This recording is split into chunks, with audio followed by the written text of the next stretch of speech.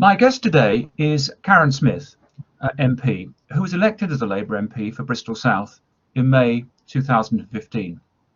Prior to her election, Karin Smyth worked as NHS manager, and her last role in that capacity was with the NHS Bristol Clinical Commissioning Group.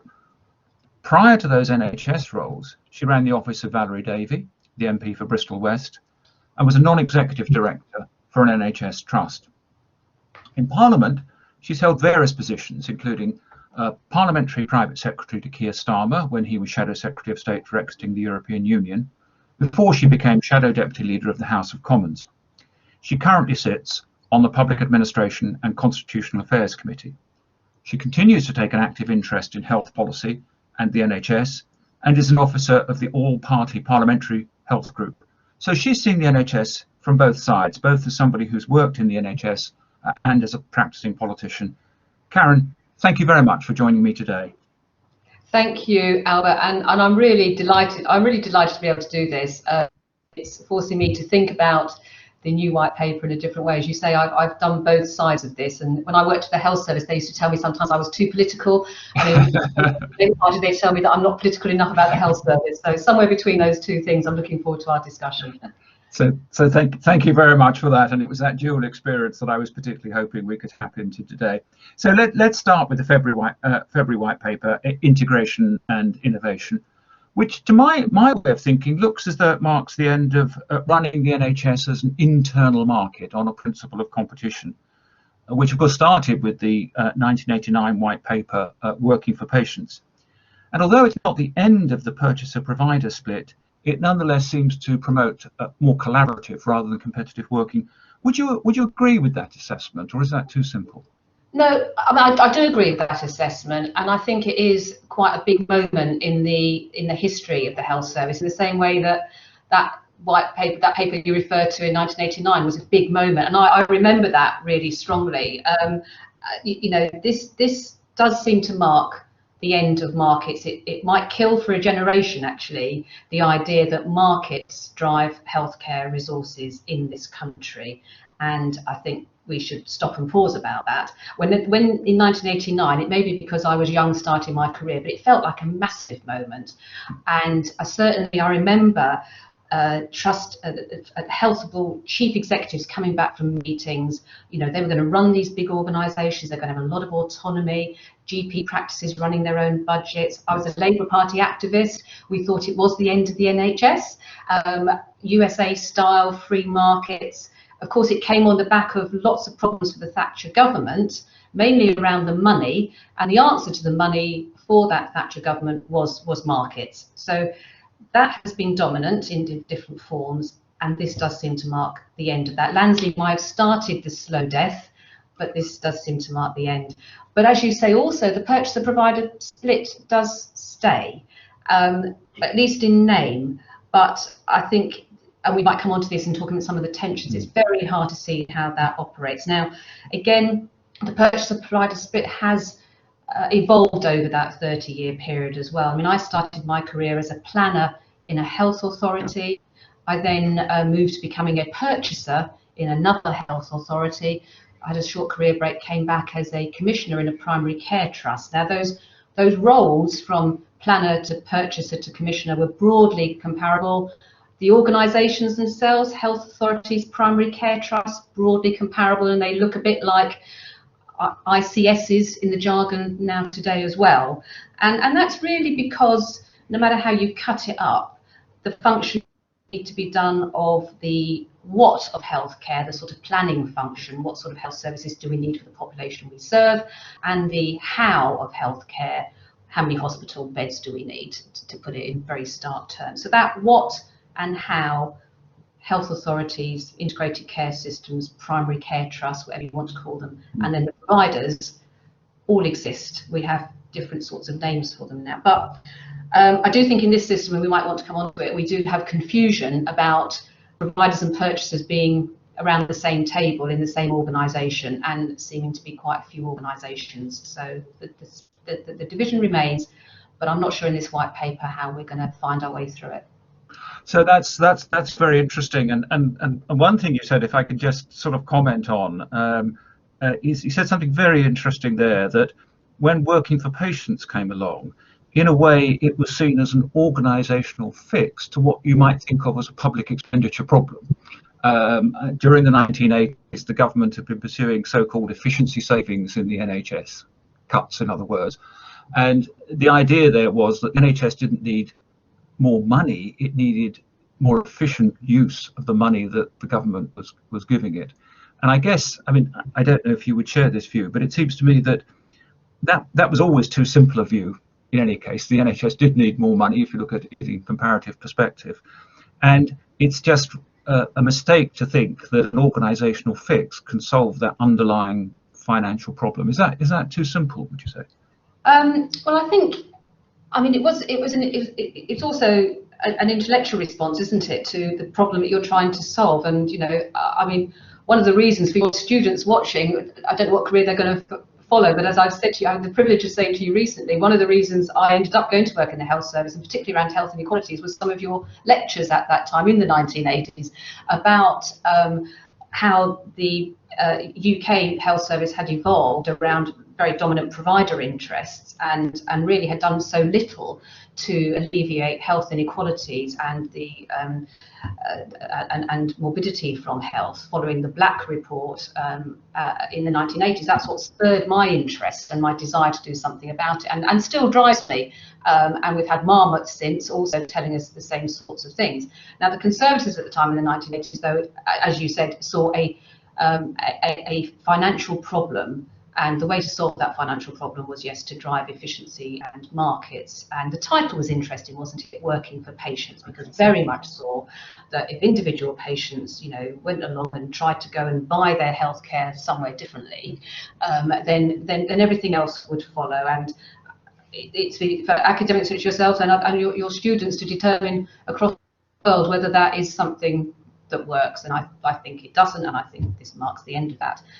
But of course, the financial problem got larger, and we spent more and more money. And it might be out with this conversation, but that issue of how much of our GDP is now spent on healthcare and is proposed to be spent over the next 4 years is a massive political problem, and one which we don't seem to want to grapple with. So I'm afraid it didn't solve the problem then of not enough money, and it's not solving it now. And I didn't mention in my introduction social care, which is, of course, the big problem with money. So again, what is the health service for, I think, is the bigger question.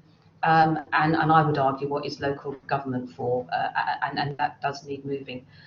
I think I might be going down a rabbit warren of my favourite things on that one, but no, that's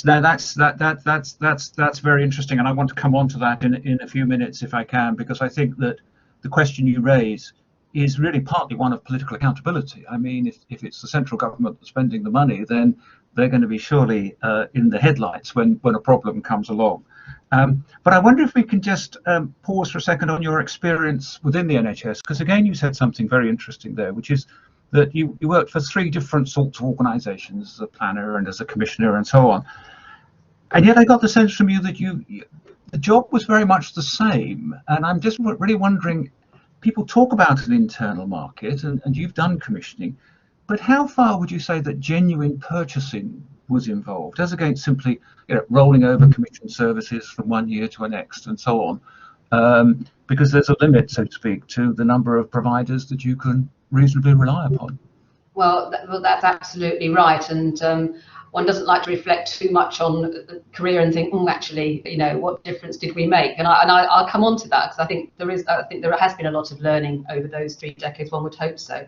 But the internal market, is a bit of a myth. And was it ever thus? The most money, when, as it still does, £90 billion of that 120 odd billion pounds goes to large hospitals, and a huge chunk, then around 8 or 9% of overall spending to GPs, who are pretty much in the same place as they were at the time, and there's not much change gone on in those large hospitals.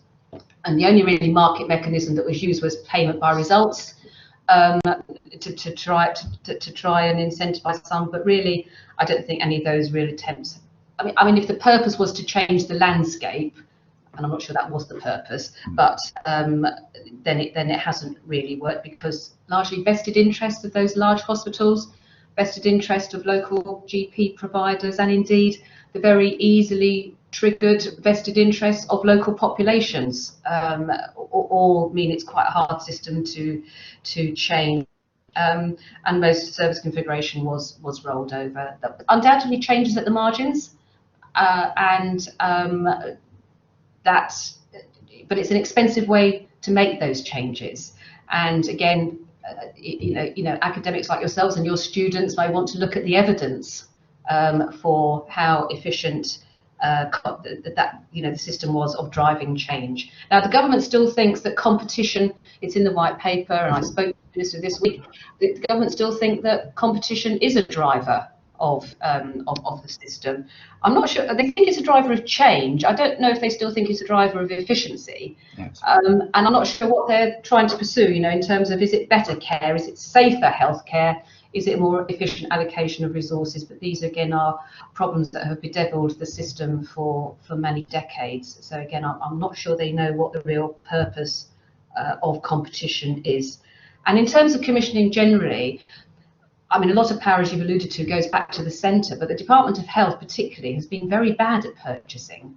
And that's both been shown in the way they purchased, and it's both parties under the Labour government, independent treatment centres, top sliced money, just, lots of money for the return given to those PFIs, and then some of which are better than others, some are pretty good, a handful not so good. And then, as we've seen lately, the whole PPE and the whole test and trace debacle is that for a purchaser of such magnitude in the Department of Health to get it so wrong is quite astonishing.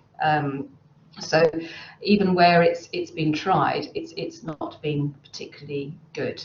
Vested interest is a huge part of that, expertise, but really, what's the purpose? I think that bedevils a lot of this as well. So that's very, very interesting indeed. And if I can, so to speak, I want to come on to the sort of tension that you've already alluded to there, because I mean, I think the white paper is very interesting, as was the original move towards integrated care systems, because if we go back to the creation of the NHS, what at that point were the medical profession opposed to? It was government by local government. That's what they didn't. They didn't want local governments involved. And then now these integrated care systems are stressing the role of local government, chiefly to get the joined up relationship with social care. And I just wonder then what the governance structure is going to look like, because it's still going to be the case, I suppose, that the vast majority of the budget comes from central taxation. I mean, the UK in comparative perspective is way up there in terms of the amount that comes from central taxation, even compared to countries like Norway and Sweden and so on. So there's a tension, isn't there, between the collaboration between NHS England, the commissioning bodies, the local authorities on the one hand, and the department on the other, and the Secretary of State who has to stand up and defend a hospital closure somewhere, or talk about some problem that's gone wrong in the NHS and so on. How is that? Is that just going to be a built-in tension, do you think? I mean, I think it absolutely is, and we are hitting upon one of my favourite subjects. One of the healthcare leaders in our all-party group that you referred to earlier said that there are some people in the world that don't enjoy talking about governance, financial flows and accountability in the health service. And I said, who on earth are these people that don't want to talk about and accountability? And particularly accountability is a bit of a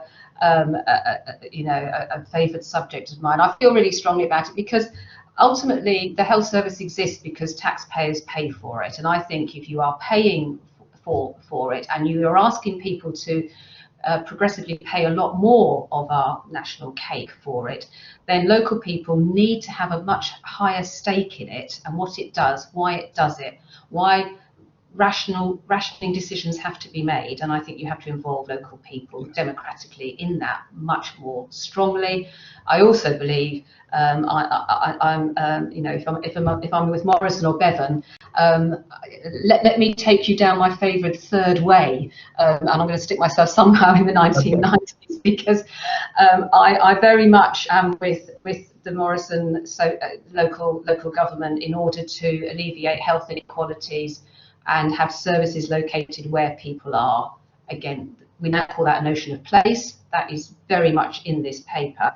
Yes. Although I'm also with Bevan in that we would never have got a national health service off the ground because of those vested interests unless we'd taken central power.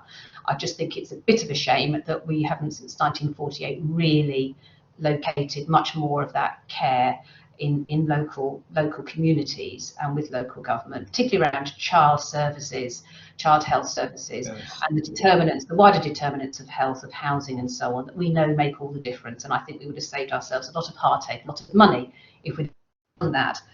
But so that's where I am, and that requires local accountability. I then think you could have sensible discussions with people about service levels and how much they cost. We had a very big exercise in Bristol a number of years ago called the Bristol Health Services Plan. A lot of work involved with local communities to have a conversation about changing patterns of services and closing one hospital. It still resonates in the community, but actually it happened in order to have a very large hospital that is pretty much state of the art. You can do that with local property. You've got to trust local people. And this paper is writ large with those contradictions of the national and local. Now, integration itself is a bit of a holy grail for everybody. I mean, I alluded to it. I mean, I went to work in Oxfordshire in 1992 as a purchaser. A large joint purchasing project going on between the health authority and the county council around older people's care. I think actually the King's Fund were involved in that project as well. And we did a lot of work around joint purchasing of mental health services as well. We were exhorted by the government at the time to do joint collaboration quite a lot. Now, I've never understood what disjoint collaboration is, or we don't collaborate jointly, but there's a lot of that goes on in this sort of exhortation from ministers. And I think we'll see more of that in my paper. Oh, let's all have integration.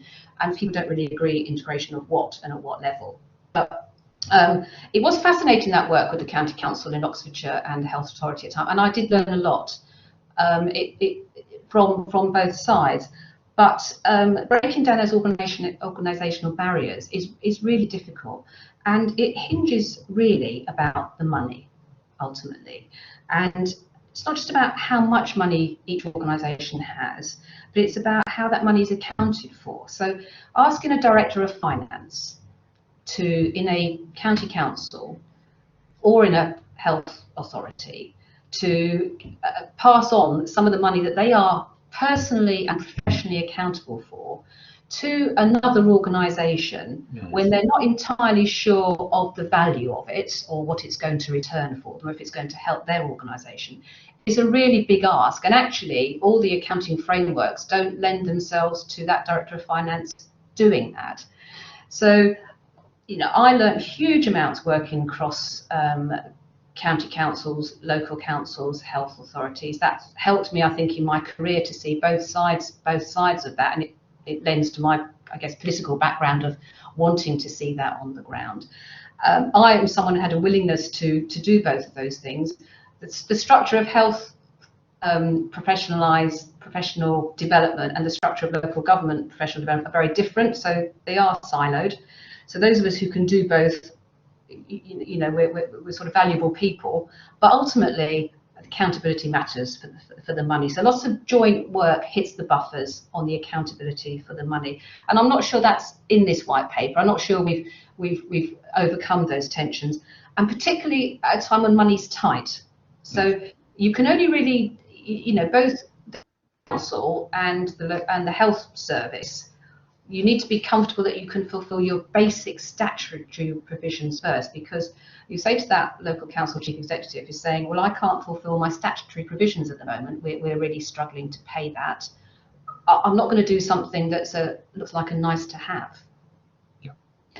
And so, the government doesn't want to prescribe that on the ground, but I think that's a massive one of the many massive tensions in this. There's a very important point in what you've just said, I think, which is that too often people complain about silo thinking, and you know, in a way, in every organisation, silo thinking is the norm rather than the exception. I mean, you've got to work against it. But another way of thinking about silo thinking that you were alluding to there is that if you're responsible for some money, a prudent use of those resources is going to make you very cautious about who you give the money to. Now, you can say, well, that's silo thinking, but it's not. It's actually wanting to use your resources and being accountable for those resources to best effect. And I suppose what you're suggesting is that tension is still going to be there, even if, so to speak, you've moved away from the rhetoric of markets towards the rhetoric of ocean and so on. Yeah, no, it's absolutely still there in what is quite a muddled integrated care system. There are some hangovers from the Lansley Act on duties on local governments around something called the Joint Strategic Needs Assessment and the Health and Wellbeing Boards. The Joint Strategic Needs Assessment is important work. As it says on the tins, it's supposed to be done jointly with the Health Service and Public Health. Strategic, looking at the local area, and it's an assessment of the health needs in order to inform those purchasers, those commissioners, of what's needed for the local population, and then so they then deliver it. The governments see that shows that we're very live. I apologise, that's the bell because I'm actually recording this in Parliament. So. All right, okay. Well, if you have to go off and vote, we should conclude very quickly. That's the start of a new session, so that's the start of. That's gone now. Apologies for that. No. So Health and Wellbeing Board still exist. I think the government sees them as having a scrutiny role, but actually they're the same people involved in these different systems. I didn't pick up on your point about the local and the national, and this is a massive problem in this white paper. So the NHS is trying to consolidate power very much at the centre. All power goes to the Secretary of State, but the entire direction of travel, both on the ground since Lansley and in the white paper, is all about the local. It's all about bringing local people together, and the local providers, the local purchasers. So these are all people, good public servants who run big hospitals, who run GP services, who run community services, the people who control the money, and they all sit around a table, and they all supposed to now decide amongst themselves how our taxes are spent in our local community, but there's no real voice there for patients, and there's no real democratically accountable public voice either. Yes. So, and it's interesting for me as a parliamentarian in this sphere. So, the government is saying, well, this will be accountable to Parliament, i.e., me and my 650 odd colleagues, through the Secretary of State. So something happens in Bristol, for example, and I might get an email, pretty much as any other citizen of Bristol, about what's happening. I'm not sure if these meetings are going to be public or private. There's been a terrible creeping of private meetings over the last 20 years in the health service. It's really quite shocking how much they decide is in private. A lot of that is to do with the competition law, supposedly, but I'm not sure I've ever really believed that. Very hard to get information out of the local health service. So a lot of that will be possibly in private, but let's see, we don't know yet. And then I might say, well, I don't think that's right, or I might get, 300 or 400 of my constituents saying to me, Karen, why are they doing this to our health service provision in this area? And I'll say, well, I don't know, they haven't said, let me go and meet them, let me go and talk to them, and they'll tell me, but we have no power to do anything about it. So then my power is to come back up here to London, and then I might stand in Parliament and I'll say to Secretary of State, it's why is this happening in my constituency? And the Secretary of State will say, well, the Honourable Lady for Bristol South raises an interesting point, and if you'd like to come and talk to me, I'll be happy to meet with her and to discuss it. And I might go off and meet him, and we'll sit across a table, and I'll say, this is terrible. He says, yes, Karen, it sounds very bad. Let me go back to the health service and ask them why they're doing this. And he'll go back to the health service, and they'll say, well, Secretary of State, we're doing it because of A, B, and C. And he'll come back and say, Karen, they're doing it because of A, B, and C. And it's this ridiculous, nonsensical circle of which he can pretty much do what he wants at the end of the day. And the people who run the system, again, good public servants, I'm certainly not, many of my former colleagues, I'm not commenting on their intent or their probity, but that's just a very closed system of which, again, no patient voice, no public voice. And I think that's deeply problematic for the future of the health service. That's why I feel so strongly about it. Because ultimately, if you haven't got power in it for something you're paying, then I think it erodes the trust and in the service. And actually, it doesn't locate service and service provision in the communities it's supposed to serve. So, I mean, this is a conversation which I hope we'll be able to continue on another occasion, but I think that there's a very interesting dilemma in what you say there, which is, and I think it's a dilemma actually that's common across the democratic organisation of public services, which is that these are quite detailed organisational, professional decisions on the one hand, very hard, even for well-intentioned planners, to have an understanding about the needs of a population and what their change is going to mean. They have a problem in explaining it. They don't have the mechanisms and so on. And finding the right balance between the requirement of democratic accountability on the one hand and allowing managers, so to speak, to make those difficult decisions about reorganization and service priorities and so on the other. I mean, that's a tension, I think, that's really implicit in the democratic organization of public services. So for those insights and for all the others, really thank you very much indeed. I hope we haven't kept you from important parliamentary business at this time. So Karin Smyth, thank you very much indeed. It's been an absolute pleasure, and we've not even talked about social care or public health generally, or all sorts of other things that impact on this, but it's been a pleasure, and I very much hope it's been helpful to some of your students, and thank you for asking me. Thank you.